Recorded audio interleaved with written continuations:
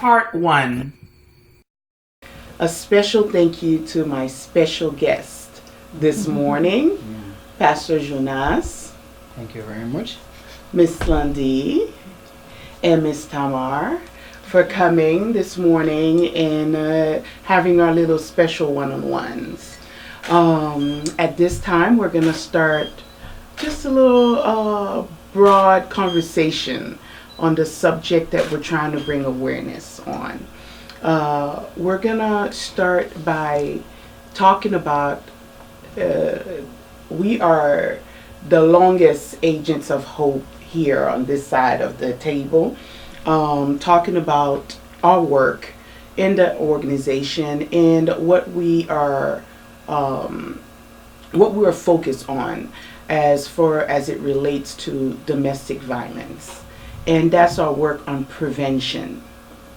And our work on prevention is very important to us because we're trying to get at the problem before it becomes a problem.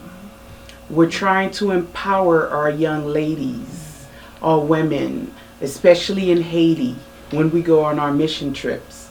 And we're trying to equip them with the tools, with the skills that are needed so that they don't fall into the trap of domestic violence, of abuse, of any form of, I can't find my words, where they have to sell their bodies for money, sex trafficking, any type of trap where they are forced to be in a position that we were never called to be as women. So prevention is a key word for us in this organization as Agents of Hope. And I want to open the table and ask, as so far in the organization, what has been your best prevention memory, or the tool that we have used as Agents of Hope so far that you think is working, that we need to continue doing? So let's talk about prevention. Prevention is on the table. What are some things that we've been doing that are working, and some things that we need to continue doing?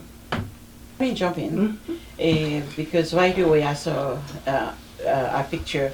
One of our main strategy is having the men involved in the conversation. Very good. Because we cannot be having the conversation about abuse of any forms, domestic violence, without having the men at the table. Sure.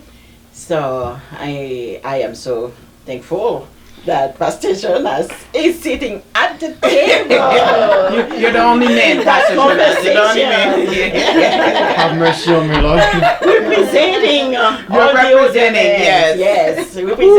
the other men, all the other men in the organization. That's a big shoe. Yeah. Yes. Yes. Because it makes the older gentlemen or older men see that we are not doing this to be against them. This is not a group of women talking and taking a stand against men, and that's not the conversation that we are having. The conversation is how to bring healing in the homes of the people, in the families. And how do we change the conversation, and how do we raise our children so we can break the cycle of violence? Remember, children of abuse become abusive themselves. That's right. Or more likely to fall into a trap. That doesn't mean that every situation that's what's going to happen, but the big percentage of that. Example, statistic showed that can happen. So our conversation is about that. That was one of our strategies. Yes, one of the strategies is to have the men involved in the conversation. and not to have that mindset that it's men against women, women against men. We're not beating on them. So that is one of our strategies. Who wants to tell us the other strategy that we work on as prevention in our? But what can you tell, even if you don't know our strategies, but from the work that we've done, what can we tell that we've done or we're doing in the organization to bring awareness and help prevent the numbers from going high? Prevention. We cannot do it without money.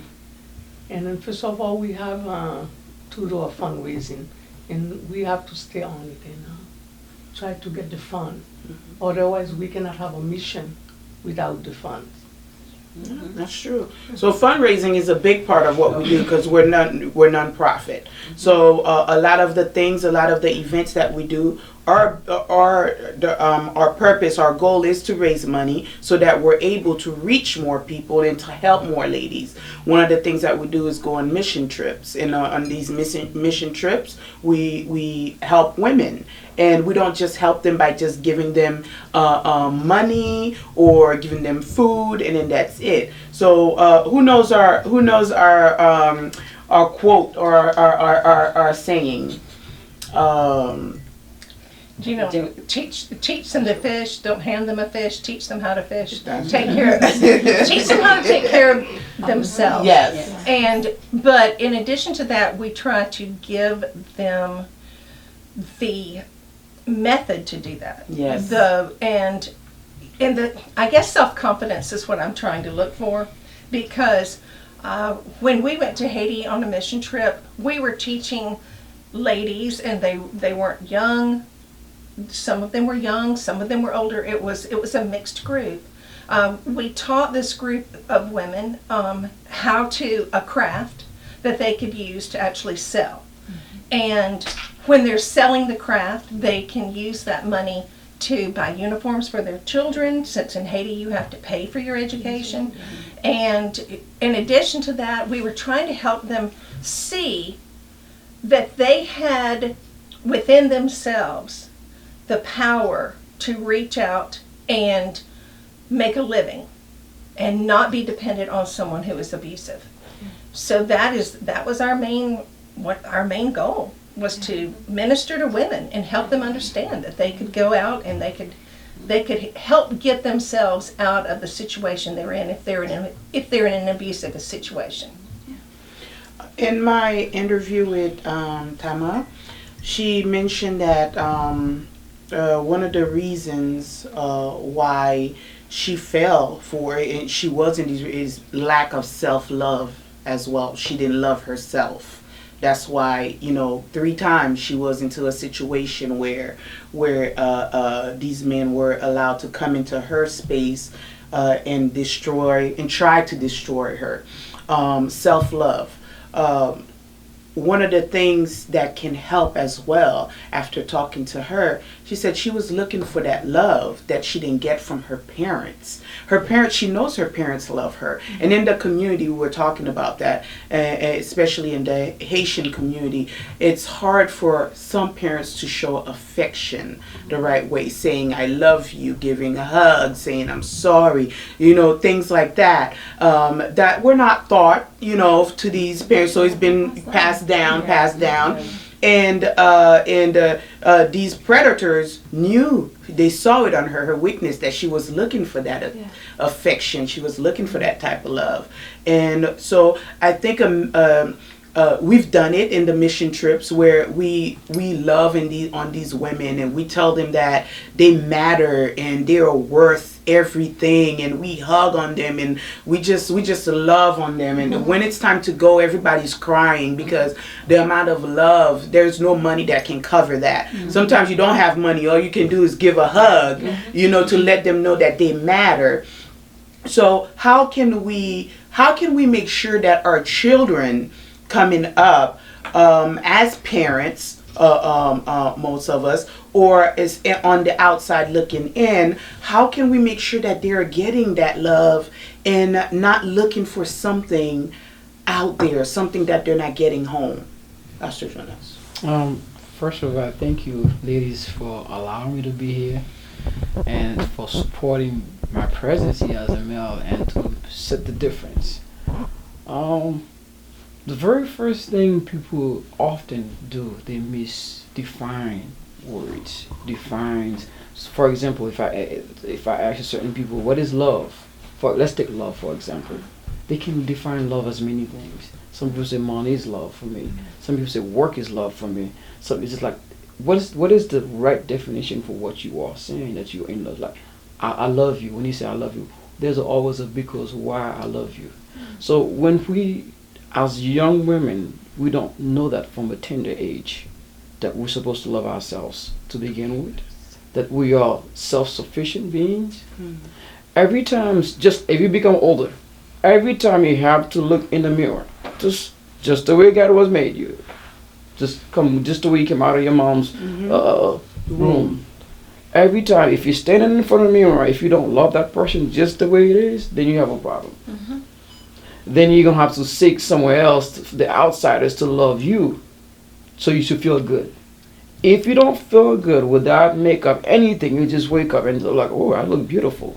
If beauty to you is the physical appearance, then you have a problem. Then you don't need to hear somebody say it to you. You're gonna need somebody to make you reassurance, to give you that self-confidence you're supposed to come along with. So most of the time, some male, it takes them longer to process that, to respect women, especially if they've come from a broken home or never had a home to begin with. And sometimes, and I apologize for a lot of churches that use the word, or didn't teach them right, or don't even know exactly to begin with, or didn't have a calling to be a pastor and just stand in the pulpit and abuse God's love and creature, which is women. And we construct that. We don't have to retaliate, because most of the time we don't want to retaliate. And oftentimes we go right after, like in our hurt, we don't close the first door, we open another one before we close the first one. So sometimes we set ourselves for failure. We'll set ourselves for traps. So when we fall into it, we just don't know how we get there. You know how we get there. So what I do, I teach young men how to respect the purpose of who they are. Once a man discovers who he is, he knows automatically how to respect a woman. That's correct. That's correct. He knows, okay, Come on now. he knows I am a protector. So when you're a protector, you're a provider, you don't destroy. Well, if I destroy this, what I'm going to protect? Exactly. What I have left to protect. Exactly. So if they don't know who they are, of course they're going to abuse what they have. Yes. So they won't know. So for example, the media teach the woman to be a subject. You're not a subject. So they teach a woman, just like the videos we see, all the graphics video, the woman has to be naked for them to be attractive, for them to be nice. In order for the message to send, you see a half-naked woman. So they become a subject of the society because we felt, I will say it myself, as church, as leaders, as spiritual leaders, we failed to educate people who we are as a human being. So once we know that base, that foundation, a male knows himself, because if a man doesn't know himself, of course, he's going to destroy everything around him until he can set that ground. That's right. So true.